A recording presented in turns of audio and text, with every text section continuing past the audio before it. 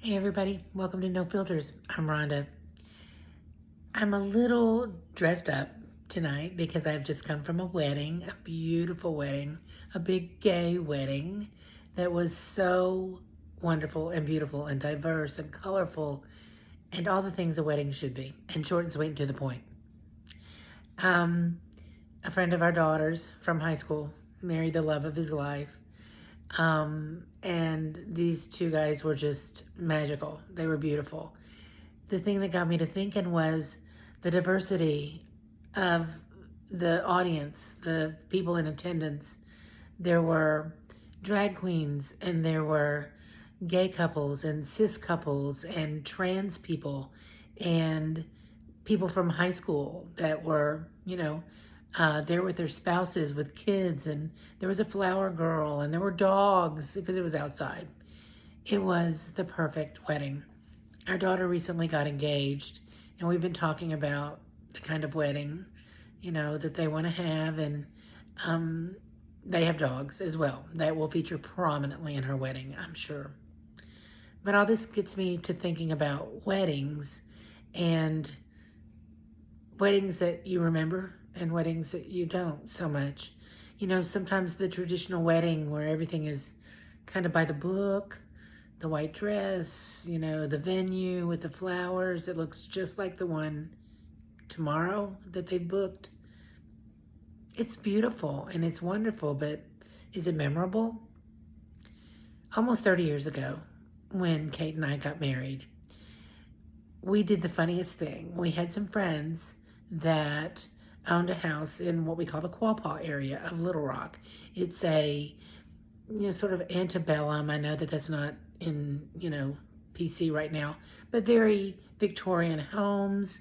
A lot of the homes are just wonderfully decorated during the holidays for the symphony walk and things like that. And the house where our friends lived was beautifully appointed for Christmas because we got married in December. Do not recommend. December is a disaster. But what did we know? We were young and in love, and the home was just beautiful. We traded our reception and the rental of the home, and of course one of the people that lived there was a caterer.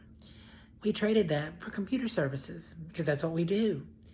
And it worked out beautifully. We built them a database and did a lot of programming for them that they just could not do, couldn't find anyone to do it. And we had a modest reception, beautiful ceremony in a gorgeously appointed home. And at the time that we married, of course, we met in theater. And this was a theater run by a man who was a therapist to a lot of gay, transgender, non-binary, diverse people. And so that's the people that were at our wedding. We also had our friends that were in the military and friends that were bankers and lawyers and all, but we had a very diverse gathering at our wedding, and it was beautiful. It was so beautiful because it was colorful and no two outfits were the same, and the people were just fun, and it was a great day from what I can remember because you're so hyped up on adrenaline on your wedding day. You're lucky to remember anything. I'm pretty sure we said I do. And the guy who married us, the therapist who ran this theater, he came dressed as the vampire Lestat.